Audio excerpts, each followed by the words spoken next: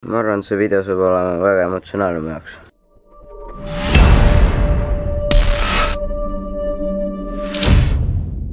Hey, what's up, yo? Ma olen Carlos. Selle nädala teemaks on siis minu esimene, my first. Aga hakka enam seda natukene. Minu esimesed, kes see segab mind.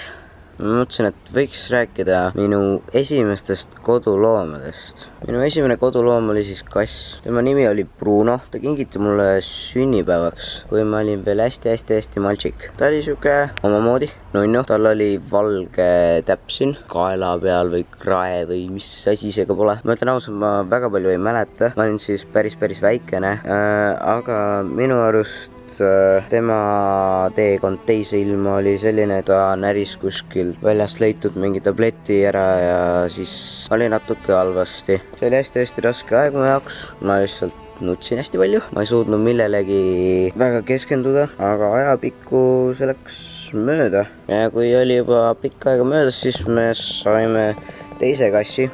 Tema nimi on Saba, täitsa elab, aga ta kolis Saaremaale ära vanema vanaisa juurde ja ta on päris suureks läinud. Ta on reaalne Garfield. No siuke paks ja korralik. Ja siis viimane kass mul oli, tema nimi oli Gucci. Me otsisime ta siis, kui ta oli hästi väike. Ta oli hästi tore kass. Alati kui koju jõudsin, ta tuli vastu ukse peale, jooksis ja vahepeal oli päris tüütu. Oli igal pool, lihtsalt sa astusid ühe sammu. Ta oli kohe sul jala ees ja vahepeal ronis ikka klaviatuuri peale ja ei lasknud sul midagi teha ja siis ma olin haiglas, mul olid operatsioonid.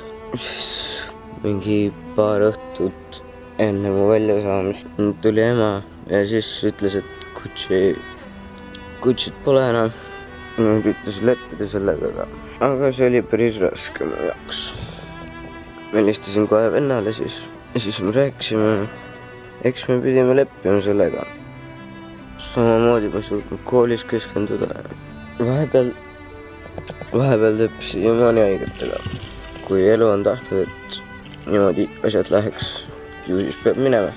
Eluga tuleb edasi minna. Olge teie ikka sama lahedad edasi ja näeme juba järgmine kord. Jau, tüübir!